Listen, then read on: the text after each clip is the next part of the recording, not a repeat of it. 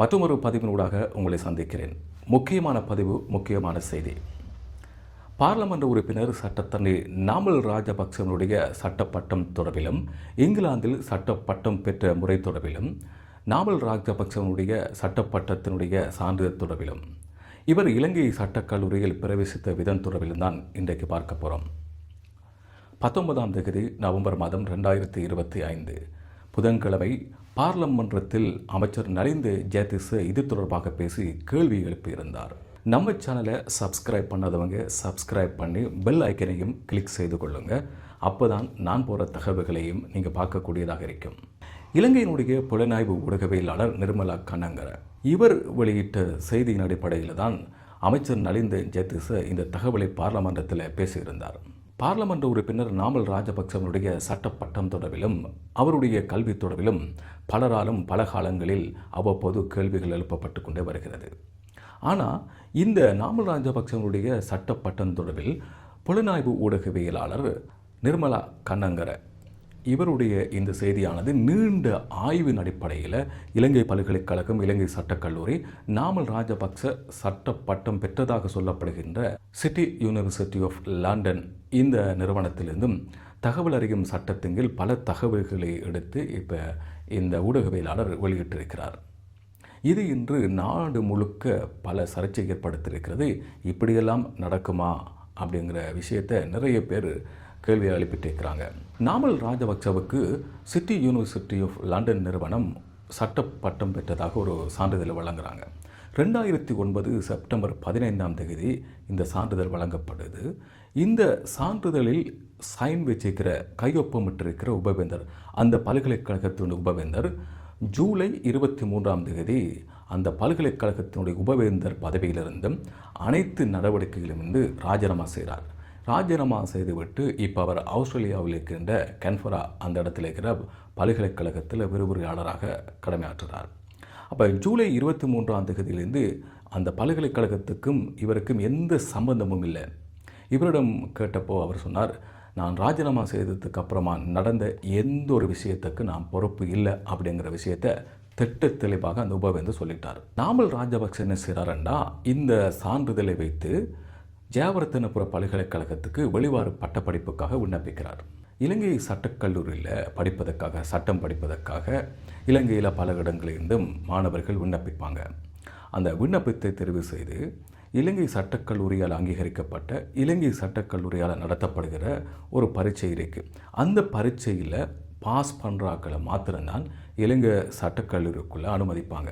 இன்னொரு முறை இருக்கே, இலங்கை சட்டக்கல்லூரியால் அங்கீகரிக்கப்பட்ட ஒரு பல்கலைக்கழகத்தில் சட்டப்படிப்பை மேற்கொண்டவர்கள் அந்த சான்றிதழை, அந்த சான்றிதழுடைய ஒரிஜினலையும் அதனுடைய ஒரு காப்பி நகலையும் சமர்ப்பிக்கணும்.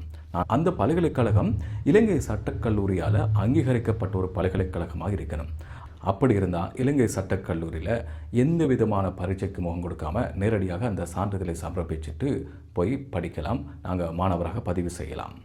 நாமல் ராஜபக்ச சட்டப்பட்டம் பெற்றதாக கூறப்படுகின்ற சிட்டி யூனிவர்சிட்டி ஆஃப் லண்டன் நிறுவனம் 2009 அக்டோபர் 15ஆம் தேதி தான் இலங்கை சட்டக்கல்லூரியில் பதிவு செய்யப்பட்டது.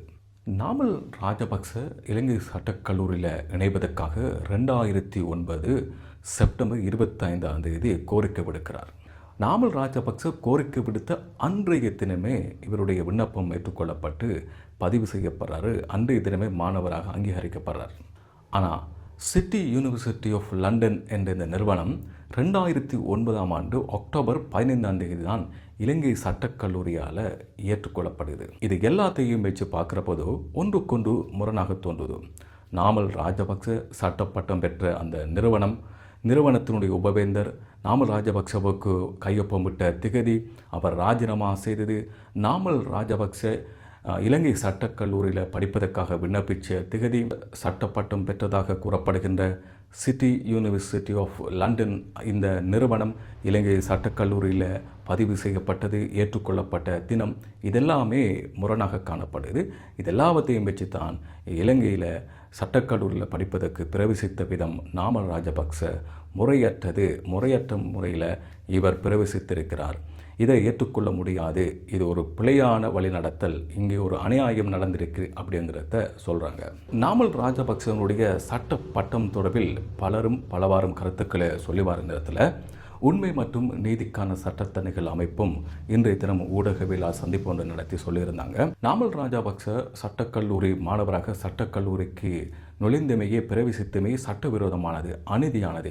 இதனை சரி செய்யறதுக்காக எங்கேயோ உள்ள ஒரு சட்டக்கல்லூரியை இலங்கையில் உள்ள ஒரு சட்டக்கல்லூரியுடன் அவசரமாக இணைத்திருக்கிறாங்க.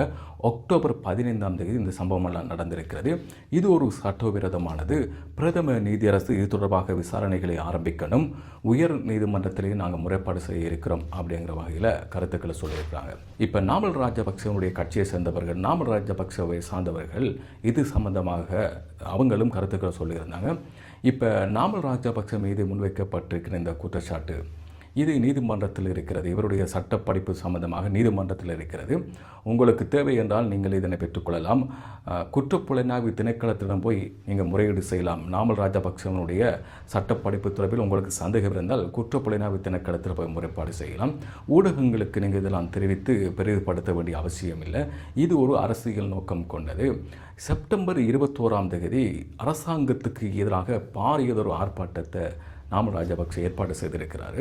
இப்போ இந்த செப்டம்பர் 21 இந்த பாரிய ஆர்ப்பாட்டத்துக்கு, எதிர்ப்பு ஆர்ப்பாட்டத்துக்கு பயந்து தான் நாமல் ராஜபக்சவை அடக்குவதற்கு ஒடுக்குவதற்கு இப்படியெல்லாம் கதையை அளக்குறாங்க அப்படிங்கிற வகையில் சொல்லியிருந்தாங்க. நாமல் ராஜபக்ச தன்னுடைய சட்ட படிப்புக்காக இலங்கை சட்டக்கல்லூரியில் நுழைவதற்காக இப்படியெல்லாம் சூழ்ச்சிகள் செய்திருந்தால், குளறுபடிகள் செய்திருந்தால் நிச்சயமாக அதை வெளிப்படுத்த வேண்டிய விஷயம். எவ்வளவு கஷ்டப்பட்டு சிரமப்பட்டு பட்ட படிப்புகளை மேற்கொள்கிறார்கள், எவ்வளவு பணம் செலவழித்து, காலங்களை செலவழித்து, இரவு பகல் கண் விழித்து படித்து தன்னுடைய கலாநிதி பட்டங்களை பெறுறாங்க. சட்டக்கல்லூரிக்கு போகிறதுக்கு எத்தனையோ மாணவர்கள் மிக மிக கஷ்டப்படுறாங்க.